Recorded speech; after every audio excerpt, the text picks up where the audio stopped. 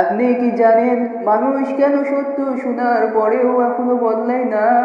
মহান আল্লাহ কোরআনে সূরা বাকারার 7 নম্বর আয়াতে বলেছেন, খদামাল্লাহু আলা কুলুবিহিম ওয়া আলা সামঈহিম ওয়া আলা আবসারিহিম গিশাওয়াতুন ওয়া লাহুম আযাবুন আযীম।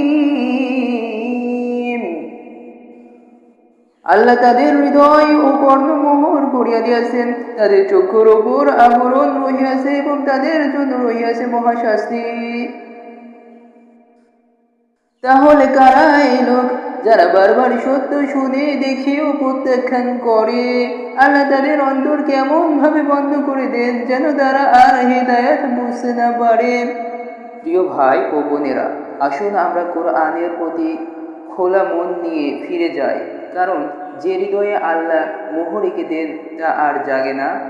এরকম কোরআনের তাফসির নিয়মিত পেতে আমাদের কোরআন তাফসির বিডি চ্যানেলটি অবশ্যই সাবস্ক্রাইব করে পাশেই থাকবেন।